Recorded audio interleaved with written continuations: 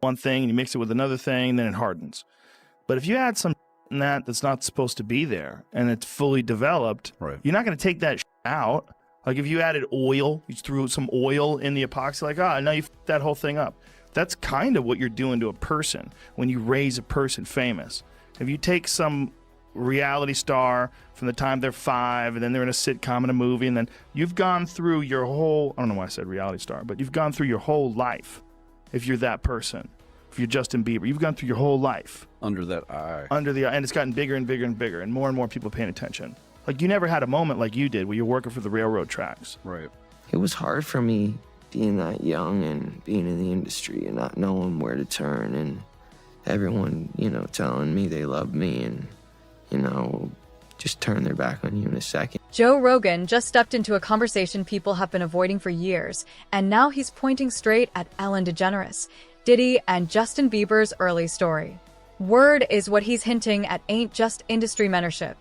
It's what really went down behind those closed doors Bieber was too young to even understand. And if Rogan's connecting these dots right, then the story we thought we knew about Bieber might not even be the real one. Now, if you've been paying attention to how conversations have been shifting lately, you already know certain names are starting to come up in ways people weren't ready for before. And right now, the spotlight ain't just on Diddy anymore, it's stretching wider. And Joe Rogan stepping into that space got folks listening differently because Rogan not coming at this like headlines or court talk, but from patterns, behavior, and clips that always existed but never really got questioned until now. And once he started lining things up, one name that kept circling back heavy was Ellen DeGeneres. Now pause right there, because for years Ellen been seen as safe daytime TV, laughter, giveaways, good energy. But Rogan flipping that image got people uncomfortable because he's pointing at how close she really was to Diddy. Not just casual appearances, but repeated access, interactions, the kind that suggests more than surface level. And when you place that next to what's already been said about Diddy's private environments, controlled spaces, those invite-only rooms where nothing leaks, suddenly the question changes. It's no longer just who Diddy was around. It's who else had access to those same spaces. No, it's great. So tell me about your birthday party. Am I invited? Yes. Yes, you're definitely invited. I invite you to all my parties. You just haven't seemed to show up to No, well, is it on the East Coast? Yes. Well, that's why. Why don't you have one here on the West Coast? Because I work all the time. Okay, well, maybe I have one at your house. Where's that? Now, what time would your party start, let's say? Like 9:30. Really? That early? Yeah. I could make that. Yeah. But I could think of you of starting a party at like midnight. Like, what time will it go till? That's a different type of party, though. Uh-huh. No, it'll go from like 9:30 to like maybe 3 o'clock, 3 o'clock. And then, we have the top 2 floors of the hotel. Mm-hmm. And then it will carry on there? Yeah. Mm-hmm. Then No, I mean the after party. Mm-hmm. No, I know about them. Oh. Is that going to be a new thing? Are you going to try to be early? Yes, I'm trying to be early. Are you going to be early for my party? Yes, I am. No. No. I have to arrive fashionably late. All right. Not too late, though. Not too late? Not too late, please. What time would you like me there? I'll tell you later. Okay. But not too late. Because, once you get there, the party really starts. Yeah. You know what I'm saying? I got you. I promise you I'm not going to let you down on this big one. All right, For good. real. Good. Your shoes, your feet are going to have blisters. You're going to be dancing so hard. I can't wait. And Rogan didn't stop there. Because once he brought Ellen into the frame, the conversation started leaning into roles. Patterns that point to facilitators, connectors, people who weren't just present but helped maintain those environments. And that's where the name Ghislaine Maxwell starts getting mentioned in conversations, not as a direct link, but as a reference point for how these systems operate. Now, think about that carefully. If powerful spaces exist, they don't run themselves. So the real question becomes, who was organizing access, who was making introductions, who was keeping everything looking normal on the outside while things stayed hidden inside? And according to how Rogan framed it, Ellen's position in Hollywood gave her a kind of reach that most people didn't question back then. Now bring it back to Justin Bieber, because this whole story centers on him. A young kid, 13 years old, fresh out of Canada, stepping into a world built on power, influence, and connections he couldn't fully understand yet. At first, everything looked clean, Usher stepping in, guiding him, opening doors, showing him how the industry works. But then one of those doors led to Diddy.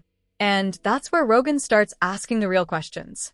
Why was Diddy so interested in spending private time with someone that young?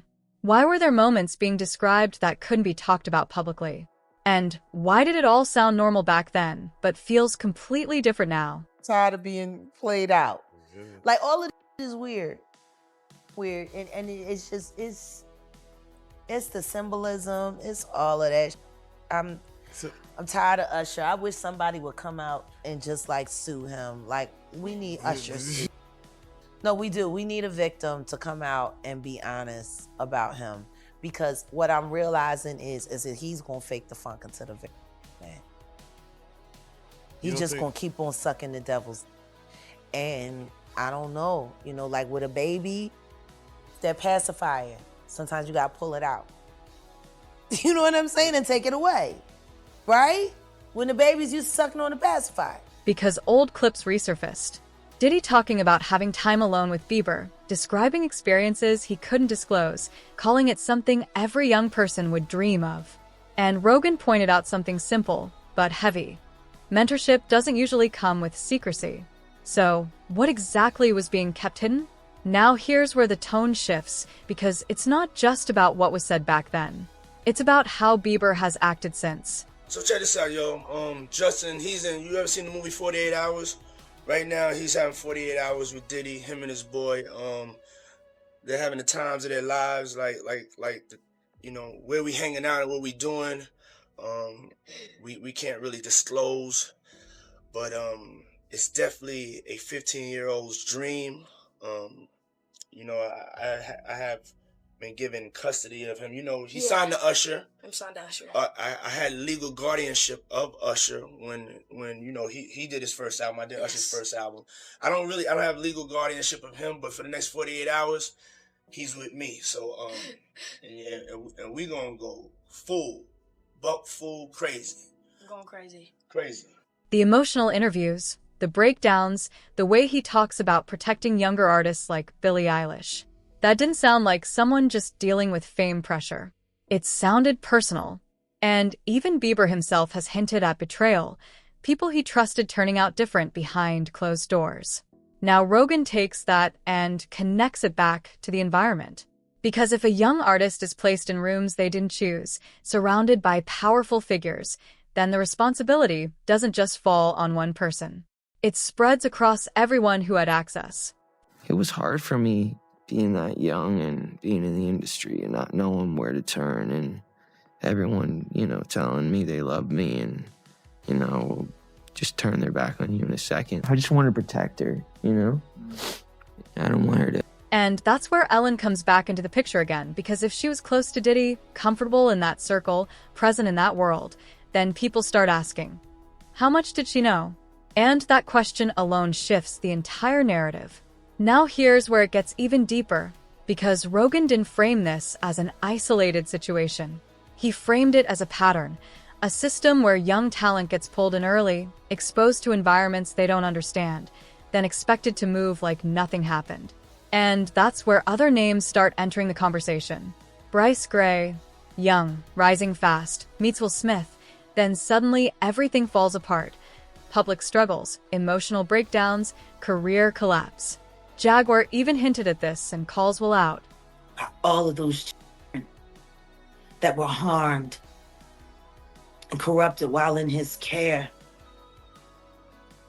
They grew up to be men. Boys like Bashir Gray.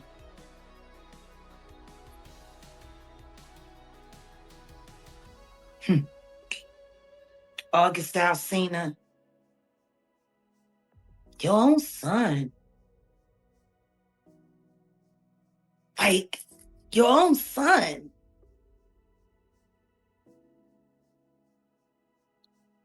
Do people forget about that voice clip that I played from Brother Belial? They trying to send him out so he'll feel too embarrassed to file his lawsuit against Diddy for what Will and Diddy did to him.